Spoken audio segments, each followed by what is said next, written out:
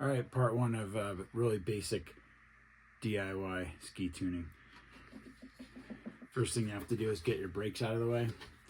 Every brake design's a little bit different. You can use a rubber band, shoelace, and in this case I'm using a Velcro strap, so the brake's got to be about 3/4 of an inch below the ski.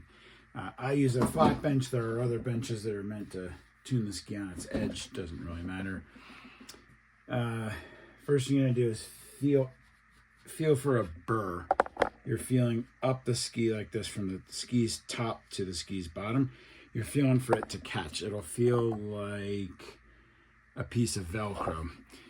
And to show you, the little hooks on a Velcro simulate the little metal burrs that you can get. And to show you how much power they have, if only even a couple of them are engaged, you get a pretty good amount of holding power, or catching if you're skiing. So if that little burr is hanging down there because you hit some rocks, a little dirt, or even just hard snow or ice, that burr can catch, and you get some you can get falls and injuries and stuff like that if your ski doesn't release out of a turn like it's supposed to. So you feel for that burr. I do this every time I ski, before and after, and I carry a small device like this. There are other brands that has a diamond stone, and that's great for taking burrs off. So first we assess to look for any scratches. If you see a scratch on your base that indicates you hit a rock, then you'll find burrs along that edge as well.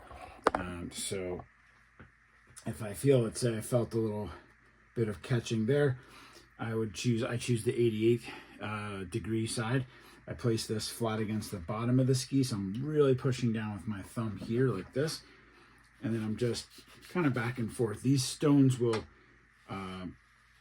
cut in both directions, so I just go over that, and it should sound nice and smooth. I shouldn't hear any rough sounds. If I do, I keep hitting that spot, and then eventually end up with smooth strokes from the tip of the ski to the back of the ski, maintaining the pressure on the bottom of the ski with my thumb here. You don't want it to roll off this way, because then you're taking off the edge.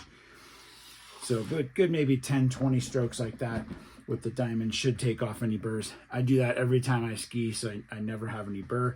And I carry this in my pocket in case I feel myself hitting a rock. Then I'll go and address that burr before I ski down the rest of the mountain. So that's step one, is just to get some burrs off. If that's all you do, that's perfectly fine. There also are files, and this tool has a file that goes in it too. Files have a direction, so they will say on them, they have a little arrow, and you can kind of feel, you want the teeth to be cutting into the metal, not going backwards and smooth, so it should feel on the rough side. You find the 88. In this case, the arrow has to go this way, so it's from the front of the ski to the tail of the ski. We're pushing the pressure down onto the base of the ski again, so most of the weight is going this way, and a little bit of it is going this way. And this here, just a gentle pressure, you'll kind of feel it cut. You'll almost hear that little filing of metal coming off. I always wipe the ski with a rag in between those passes, because you want to get all the little filings off, and you don't want to get them on your hands.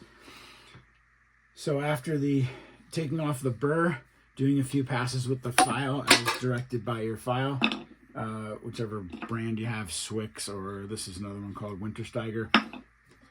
Then the last step is the waxing, which I'll do separately.